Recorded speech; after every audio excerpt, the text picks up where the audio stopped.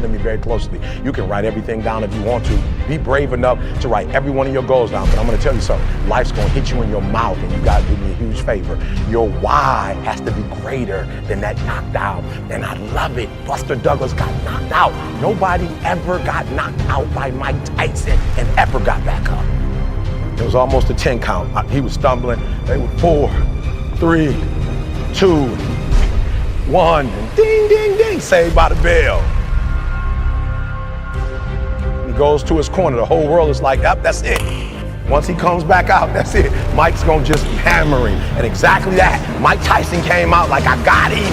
I got this kid up against the rope. Listen to me, many of you right now, life's got you up against the rope. You can't give up, you can't give in. Life, listen to me, if it was easy, everybody would do it. And if life's got you backed up, I need you to do what Buster Douglas did. Buster Douglas started fighting back. And the world was shocked. Goliath has been knocked down, what happened? And they went to Buster Douglas and they asked Buster Douglas simply like, what happened? And Buster Douglas said, listen to me, I'm just gonna be honest with you guys. Here was the challenge. The challenge was, it's real simple. Before my mother died, she told the whole world that I was gonna beat Mike Tyson. And 2 days before the fight, my mother died. Buster Douglas had a decision to make. Let's go! He could die with his mother, or he made a decision, I can wake up and I can live for mom. And he knocked Mike Tyson out simply because his why was greater than that punch. His why was greater than defeat. His why was greater than his trial and his tribulation. And I'm telling you, if you don't know what your why is and your why isn't strong, you're gonna get knocked out every single day.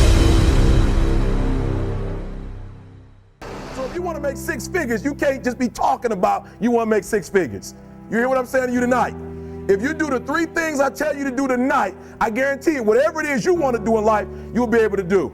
You will be able to accomplish whatever you want to academically, financially, relationally, whatever. So 3 things.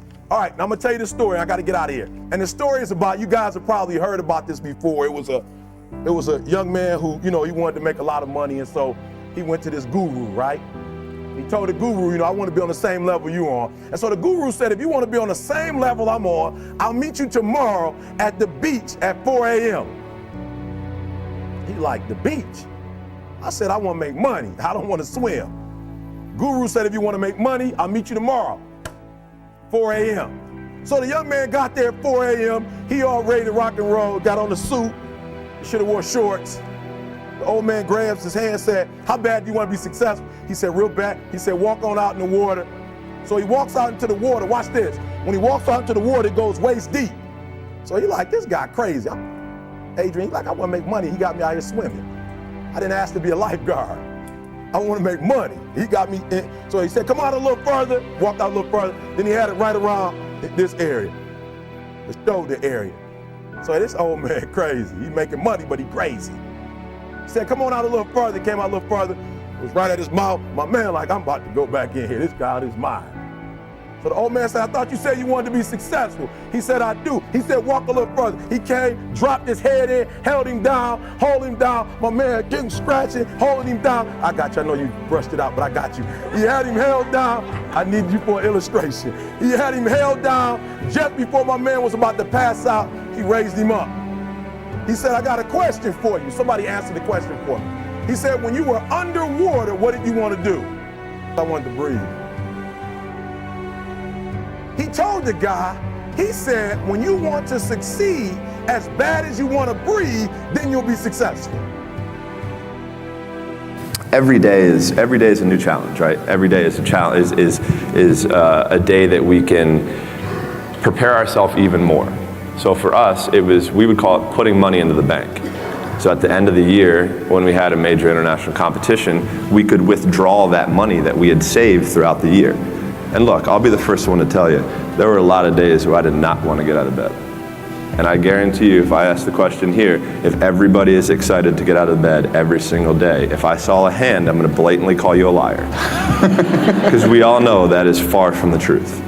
But if you have those little small goals, those little small things that get you excited when you don't want to, it's going to make it even better and even easier at the end when you're getting ready for a presentation or the end of the year or this or that, whatever event you're leading up to. It's going to make it so much easier. This is even more interesting because maybe you were born to be Iron Man, because Iron Man obviously had that from the comic books. Loosely prearranged destiny.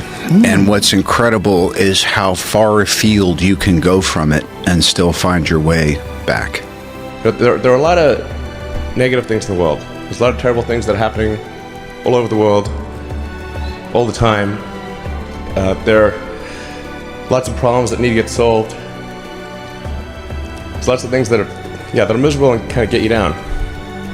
But life cannot just be about solving one miserable problem after another. That can't be the only thing. There need to be things that inspire you, that make you glad to wake up in the morning and be part of humanity.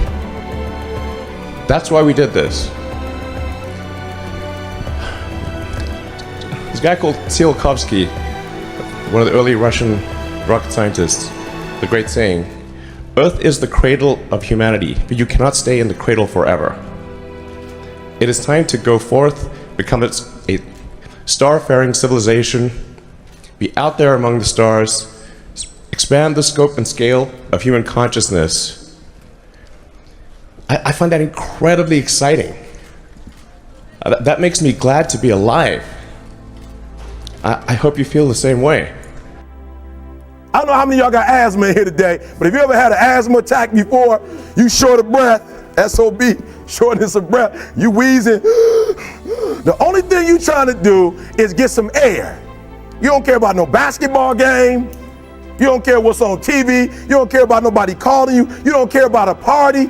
The only thing you care about when you're trying to breathe is to get some fresh air. That's it. And when you get to the point where all you want to do is be successful as bad as you want to breathe, then you'll be successful. And I'm here to tell you, number one, that most of you say you want to be successful, but you don't want it bad. You just kind of want it. You don't want it badder than you want to party. You don't want it as much as you want to be cool. Most of you don't want success as much as you want to sleep.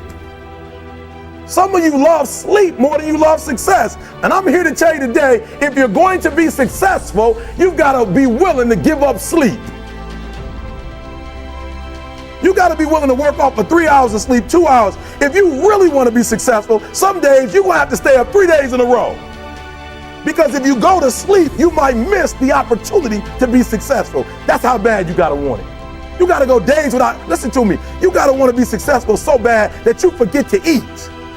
And I think if you look at the greats in anything, in any walk of life, the greats do things when they don't always want to. And that's the separation. For me, that's what I've found. Because I can sure as hell tell you that there were days where I hated my coach.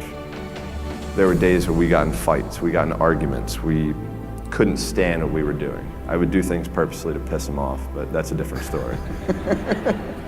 But, you know, I think that was just really how we worked. Like, he was somebody who was so perfect for me that if I ever would have swam for anybody else, I never would have had the chance to do what I did, because he challenged me in ways and forced my mind to think differently. I'm not a procrastinator, so I think in general the answer would be no. I feel like I have another good friend, and again, he says the fish just don't jump in the boat. You know, meaning you better go out there and do it yourself. You know, don't fucking wait around and wait for someone to hand deliver something. Go make it happen. You know, the fish don't just jump in the boat. If you want to go catch them, go catch them.